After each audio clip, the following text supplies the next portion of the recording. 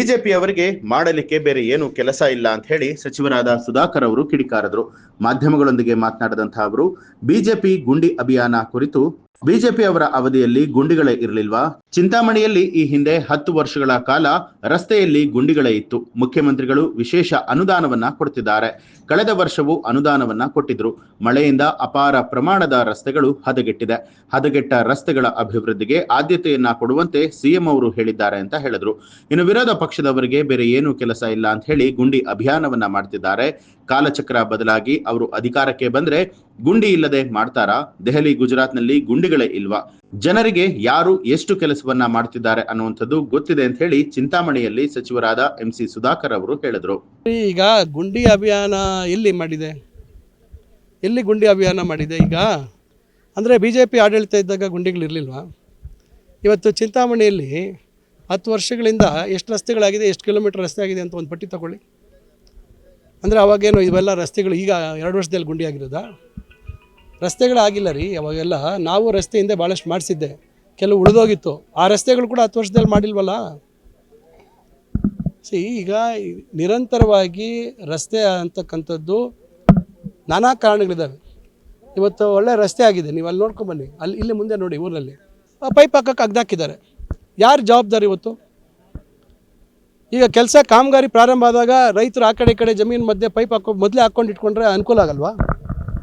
ರಸ್ತೆ ಎಲ್ಲ ಕಾಮಗಾರಿ ಆದಮೇಲೆ ಆಗಿದ್ರೆ ರಸ್ತೆ ಇರ್ತದ? ಯಾಕೆ ನಿರಂತರವಾಗಿ ರಸ್ತೆಗಳು ಮಾಡ್ತಾನೆ ಇರ್ಬೇಕು ನಮ್ಮ ವ್ಯವಸ್ಥೆಯಲ್ಲಿ? ಇದಕ್ಕೆ ಜನರು ಕೂಡ ಜವಾಬ್ದಾರಿ. ಒಂದು ಗುಣಮಟ್ಟ ಭಾಳ ಮುಖ್ಯ. ಇನ್ನೊಂದು ಜನರು ಕೂಡ ರಸ್ತೆಯ ಕಾಮಗಾರಿ ಆದಮೇಲೆ ನಿರ್ಭಯವಾಗಿ ಅಧಿಕಾರಿಗಳು ಹತ್ರ ಅನುಮತಿ ತೊಗೊಂಡು ರಸ್ತೆ ಆಗಿಬೇಕು. ಯಾರು ಅನುಮತಿ ಪಡೆಯೋಂಗಿಲ್ಲ, JCB ಸಿಗುತ್ತೆ ಸುಲಭವಾಗಿ ಅಂತೇಳಿ ತೆಗೆದು ದೊಡ್ಡ ಬಕೆಟ್ ಹಾಕ್ಬಿಟ್ಟು ಎಳೆದಾಕ್ಬಿಟ್ರೆ ರೋಡ್ನ. ಅದರಿಂದ BJPಯವ್ರಿಗಿನ್ನ ಬೇರೆ ಏನು ಕೆಲಸ ಇಲ್ಲ. ಇವತ್ತು ಮುಖ್ಯಮಂತ್ರಿಗಳು ಎಲ್ಲರಿಗೂ ವಿಶೇಷ ಅನುದಾನ ಕೊಡ್ತಾ ಇದ್ದಾರೆ. ಹೋದ ವರ್ಷವೂ ಕೊಟ್ಟಿದ್ದಾರೆ. ಭಾಳಷ್ಟು ಕಡೆ ಕೆಲಸಗಳು ಆಗ್ತಾ ಇದ್ದಾವೆ.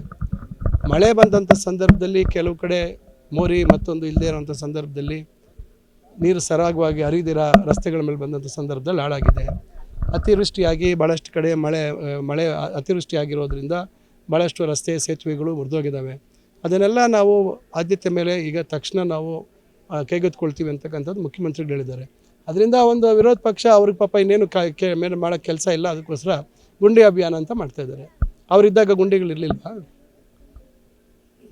ಕಾಲಚಕ್ರ ನಾಳೆ ಬೆಳಗ್ಗೆ ಮುಂದೆ ಅವರೊಂದು ದಿನ ಅಧಿಕಾರಕ್ಕೆ ಬಂದಾಗ ಅವತ್ತು ಗುಂಡಿಗಳು ಇಲ್ದಿರ ಮಾಡ್ತಾರಾ? ನಾನು ದೆಹಲಿಯಲ್ಲಿ ನೋಡ್ಕೊಂಬಂದಿದ್ದೀನಿ, ಬೇರೆ ಬೇರೆ ಕಡೆ ನೋಡ್ಕೊಂಬಂದಿದ್ದೀನಿ. ನಾನು ಅವರ ಸರ್ಕಾರಗಳಿರೋ ಕಡೆ ಆಡಳಿತದಲ್ಲಿ ಮೊನ್ನೆ ಬಿಹಾರ್ಗೆ ಹೋಗಿದ್ದೆ. ಎಲ್ಲ ಭಾಳ ಚೆನ್ನಾಗಿ ಮಾಡಿಬಿಟ್ಟಿದ್ದಾರೆ. ಗುಜರಾತಲ್ಲಿ ಎಲ್ಲ ಚೆನ್ನಾಗಿ ಮಾಡಿದ್ದಾರೆ. ಗುಂಡಿಗಳಿಲ್ವ ಗುಜರಾತಲ್ಲಿ? ಏನೋ ವಿರೋಧ ಪಕ್ಷ ಏನೋ ಮಾಡಬೇಕು ಅಂತ ಅವ್ರು ಮಾಡ್ತಾಯಿದ್ದಾರೆ. ಆದರೆ ನಮ್ಮ ಸರ್ಕಾರ ಜನಕ್ಕೆ ಗೊತ್ತಿದೆ ಯಾರು ಅವಧಿಯಲ್ಲಿ ಎಷ್ಟು ಕೆಲಸ ಆಗ್ತಾಯಿದೆ ಅಂತ ಜನಕ್ಕೆ ಗೊತ್ತಿದೆ. ನ್ಯೂಸ್ ಅಲರ್ಟ್ ನಿಮ್ಮಿಂದ ನಿಮಗಾಗಿ. ಬುಲೆಟ್ ಬೈಕಿಗೆ ಹಿಂಬದಿಯಿಂದ ಕಾರು ಡಿಕ್ಕಿ ಆಗಿರುವಂತಹ ಘಟನೆ ಬೆಂಗಳೂರು ಹೊರವಲಯ ಎಲೆಕ್ಟ್ರಾನಿಕ್ ಸಿಟಿಯಲ್ಲಿ ನಡೆದಿದೆ. ಸಿಗ್ನಲ್ನಲ್ಲಿ ಬೈಕ್ ನಿಲ್ಲಿಸಿದ ಸವಾರನಿಗೆ ಹಿಂಬದಿಯಿಂದ ಬಂದಂತಹ ಕಾರು ನೇರವಾಗಿ ಡಿಕ್ಕಿ ಆಗಿದೆ. ಡಿಕ್ಕಿಯ ರಭಸಕ್ಕೆ ಬೈಕ್ ಸವಾರ ಕೆಳಗೆ ಬಿದ್ದಿದ್ದು ಸಣ್ಣ ಪುಟ್ಟ ಗಾಯಗಳಾಗಿದೆ. ಅಪಘಾತದ ದೃಶ್ಯ ಕಾರಿನ ಡ್ಯಾಶ್ ಕ್ಯಾಮೆರಾದಲ್ಲಿ ಸೆರೆಯಾಗಿದ್ದು ವಿಡಿಯೋ ಸಾಮಾಜಿಕ ಜಾಲತಾಣದಲ್ಲಿ ವೈರಲ್ ಆಗಿದೆ. ಎಲೆಕ್ಟ್ರಾನಿಕ್ ಸಿಟಿ ಸಂಚಾರಿ ಪೊಲೀಸ್ ಠಾಣೆ ವ್ಯಾಪ್ತಿಯಲ್ಲಿ ಘಟನೆ ನಡೆದಿರುವಂಥದ್ದು.